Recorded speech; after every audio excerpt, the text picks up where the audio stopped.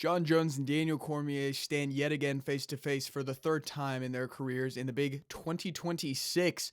But not for a fight in the cage. They are standing face to face as coaches of the Russian Ultimate Fighter. Now, I wasn't aware that there was like an official Russian Ultimate Fighter. Maybe they're just nicknaming it. But anyway, they run an Ultimate Fighter series over there. I'm sure you've seen all the clips of Russians just fighting at the press conferences. They're just always fighting. Like always. Nate Diaz was over there and they were trying to get slick with him, so he left. But I guess John and Daniel talk behind the scenes. They want to get a check because this is going to bring in a lot of money. This is a heated rivalry. I doubt it. It's going to end in like any form of competition. They were talking about a grappling match, a wrestling match even. I doubt this is going to end in any form. If it does, it's probably going to be a grappling match. I don't think Cormier wants to get back in there and strike. It's been years since he's out of there. Maybe he's been training secretly. We don't know when he's going to get back in there, but I see this just, either being a grappling match or just a high tense season. I could see even a scuffle happening on Tough as ones do between coaches, if not the fighters themselves. It's in Russia, so the coaches probably don't have too many connections. Maybe they'll favor DC, but everyone's going to like John Jones as the GOAT because getting that opportunity to train with a guy of that caliber, not many fighters get to do. So who knows how the season's going to go. It's going to be very entertaining. And we know that this rivalry is still hot even years after Cormier and Jones' retirement because just this past Thanksgiving, John Jones was not with his family. He was in Chechnya hanging out with, I don't want to say Kadyrov, but I think he might have been hanging out with some Chechen guys. And DC commented, "Why is John Jones not with his family on Thanksgiving holiday?" Essentially calling out Jones saying, hey, something's going on. You talk about wanting to be a good guy, but you're not with a family on a holiday where you're supposed to stay home and spend time with family and eat a big dinner with your family. So there's clearly some beef here. I think John snapped back at this, but I can't quite remember what he said. They've gone back and forth for years. Jones reposting highlights of him finishing Cormier throwing sneak disses at him like that in other moments when the Aspinall situation was going on and Cormier put his word on it. He would mention things about John that he was clearly digging him with. So this is really entertaining. This is really good for the Ultimate Fighter. The Ultimate Fighter hasn't been good in years, honestly. It's been rather boring compared to the previous seasons. I remember first getting into MMA. I watched this one channel. I can't remember the name, but they did Tough recaps where they just had the best moments, and it was so entertaining to watch the first 5-10 years of Tough, but since then it's kind of gone downhill, and to see Cormier and Jones go at it, this is going to revive Tough. This is going to be an entertaining season. A lot of people are going to be tuning in to see what happens. Maybe they'll have a scuffle and shove each other like McGregor Chandler. I'm hyped for this, and this is absolute cinema going into 2026. We're off to a good start this year, but maybe not with the upcoming pay-per-view. That moves me on to my next point. Justin Gaethje might have staph. Now, there's rumors going around that this giant thing on his neck is staph. There's some on his lip. Clearly, I don't think staph can, grow on the lip as much as it does, at least with grappling. I can definitely understand the neck with collar ties and whatnot. But Gaethje has his own response. He says the one on his neck is an ingrown hair, which that is a freakishly large ingrown hair if I've ever seen one. Mine are usually the size of a small pimple. So I don't know if I believe Justin entirely on this. I could definitely see him getting staph close to the fight. A lot of fighters do and just hide it well. He also said the one on his lip was just brisket hanging out of his mouth. I probably believe him because I think he said the screenshot was from a YouTube video eating brisket. So the mouth, I'm not going to do that. It's like when we thought Ian Gary had herpes, or who is it? Shara Bullet recently had a photo where he had 2 scabs on the sides of his mouth. Sorry if I just smacked the mic. So we're not going to blame him for what's on his mouth, but what's on his neck looks larger than an ingrown hair, and I definitely suspect that could be a staph infection. Now, we know Justin Gaethje is always game. He's going to show up on the night of the fight, whether he's feeling like death or whether he's feeling like a god himself. He's always going to bring it. Staph does affect your chin, though. It affects your weight cut, your ability to weight cut, your responsiveness. So I do worry about Justin Gaethje in this matchup. I guess I'll give my early prediction. I do think Patty's going to win regardless. He handled Chandler really well, and he seems to be kind of coming into his own. We'll see what happens, but this could be big news for UFC 324 when you're going into making your pick, if you're going to place bets. Maybe look further into Patty if this staph infection really is bad. If it's not and it heals up by the time fight week pictures come around, fight week promo happens, then Justin's in the clear, we're in the clear, then there's no issue there. But that is a really nasty ingrown hair by Justin Gaethje, and I don't know if I buy that, and I could definitely see him getting staph close to the fight. But we'll see what happens with that. And then I'll move on to the third point of this video.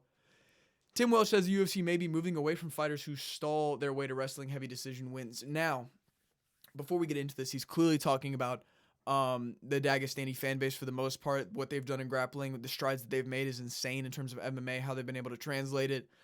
Craig Jones came out with a video talking about how they kind of took GSP's blueprint of wrestling, and they seem to be doing it very well. Even guys coming up from the regional scene look like world beaters at times. They're really good with control. They use it to get their striking going. They use it when the fight's not going their way. They always have that takedown in their back pocket. And as much as it is, very skilled and very impressive to have that level of wrestling. In the sport of MMA, we still want to see striking, and whether you call that a casual viewpoint or not, there are a lot of guys who use their wrestling and stall. They just hold up against the cage. They do pitter-patter shots to not get called for stalling, and it really doesn't go well. So I think if this is true, I'm honestly for it. I'll be honest. I'm a huge grappling fan. There's nothing wrong with it, but in the case of stalling, I think more needs to be done. Stalling isn't called enough. Not enough fighters get penalized. So he says, rumor has it the UFC is trying to get away from guys who just pin people and stall. There's a lot of grapplers that do that. Grapplers who hold you in half guard for the entire fight. I'm not going to say that they do this every fight, but just examples of how bored you were when you watched it. Valentina Shevchenko versus Zhang Weili. She held her in crucifix. She held her in side control, landed pitter-patter shots. It's impressive to be able to hold down your opponent like that, but it's not entertaining in terms of a fight. And as much as martial artists like us enjoy watching it for what it is, the UFC is a business, whether we like it or not, and they're going to do what makes them money. And pinning people up against the cage for 25, 15 minutes straight for a decision is not making them money. It's not generating hype behind the fighter. And the fighter doesn't have as much weight going into contract negotiations. So he says, I think they're moving away from that, and that's honestly smart. They probably should. At the end of the day, this is a sport people want to watch. Now, there's a bit of a casual take to this, 100%. Like, I would kind of be perplexed if the UFC really did something that was... Because I don't know what they could do to stop stalling, to stop, really heavy grappling. I don't know what their idea of this is. I can't even really think of an idea that I would justify. I feel like any method that they do to eliminate very heavy pin grappling where not much action happens or finishing takes place, I feel like it would just be mind-blowingly cheap. Like, it would just be kind of the end of the UFC. It'd become WE, kind of the gimmick that it is. So I don't know if the UFC's really going to do this or if Tim's just chatting shit to get O'Malley in headlines. O'Malley was talking about a potential retirement coming up, I think, after the Dong fight. He said 2 more fights, maybe get the belt back and then retire. I highly doubt that. I think he's discussing things just to get hype around his fight. Maybe there's a lot of weight going into this fight. We should really watch it, see how, O'Malley performs against Song. And maybe this is some, fight building, fight promo from Tim Welch himself. He's a very knowledgeable guy. He knows how to build a fight. He knows how to get the fan base riled up. But maybe he's telling the truth here. We've seen a lot happen when I think the Tom Aspinall eye poke situation. We saw Herb Dean saying a meeting was going to be held to get something done with that. I actually need to follow up on that. I'm not sure if anything came of that or if it's even happened yet. But who knows? Tim could be chatting shit or Tim could be telling the truth here. But maybe the UFC is moving away from grappling. Really crazy stuff. But I guess I want to sidebar here because I don't have a link pulled up because it's really breaking news. I at least saw it on the drive home. Anthony Joshua might be retiring from boxing per his family due to that car crash. And it's devastating to hear that. He had that terrible car crash in Nigeria where his 2 best friends, I believe his trainer and his best friend, were killed in the car accident in seats that he was previously sat in and had to move because the driver couldn't see. I guess he sustained really bad damage, probably emotional damage, physical damage, and it could be false. A lot of boxing guys, they say they're going to retire, but the weight of this retirement has a lot of meaning to it for AJ, and I believe that he's telling the truth here. And if this really is the end of his career, he went on a high note beating a guy like Jake Paul, which we all were dying to see, get beat, but it's heartbreaking that this is how he had to go. He was a magnificent boxer. I don't know if he was ever a solidified world champion. Obviously, he couldn't beat the best of the best. He lost to Usyk twice. And I thought he was going to take on Tyson Fury at Wembley after the Jake Paul fight. So maybe it is just that tragic accident. Maybe his injuries he's not telling us about. He's yet to make an official statement on his retirement, but rumors have been circulating that he is going to retire. So if that's the end of it for AJ, a great career, and it's really heartbreaking to see the way that it ends. I know that's not too much of an MMA topic, but I just wanted to throw that in, give an update, because as much as this is an MMA content thing, we want to care about people in martial arts. And that was just a crazy situation with AJ. So best to him, prayers to him and his family. I hope everything turns out. I really don't want to see him retire. He's an entertaining fighter. He's got a lot more juice left in the tank. But if that's the end, then a great career it was. So, yeah, I mean, honestly, just a little recap. We got Jones, DC, huge, tough season coming up. I'm excited to see what beef comes of that. Gaethje might potentially have Staph. We'll keep an eye on that. If something big happens during fight week, during promo, I can make a video on that. Maybe sway your pick to Paddy Pimblett. I'm not sure. He looked good against Gaethje and finished him when, or not Gaethje. He looked good and finished Chandler when Gaethje could. And obviously, MMA math doesn't always play into these things, but I just wanted to bring that up. And then some cheeky news here from Tim Welch to end the video off. I understand how much I look like Tim Welch right now in this photo, so I'm going to go ahead and end the video here. It's pissing me off. But crazy if they really do something to take away, strong grappling in the UFC. That would certainly skew the fan base. But again, dude, my last video blew up. Thank y'all so much. Whether you hated me and you're a huge fan of Rogan, or you believed what I was saying because I had an objective opinion, I still respect Rogan. He's a legend of the game.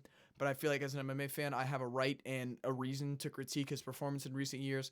And if you're not willing to admit that or even look at what I'm saying, then I'm not going to hold any weight to your hate comments. So appreciate the views. We're about to crack 1,000 views. That's insane.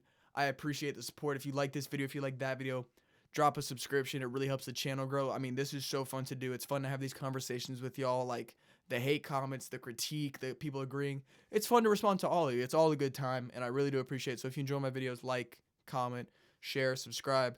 I'm probably going to have a video coming out later this week on the UFC Paramount deal, why that might be good for us as fans monetarily, entertainment-wise, but it could be bad for the fighters monetarily. We don't know what's going to happen there, but stay tuned and you'll find out in that video. But see ya.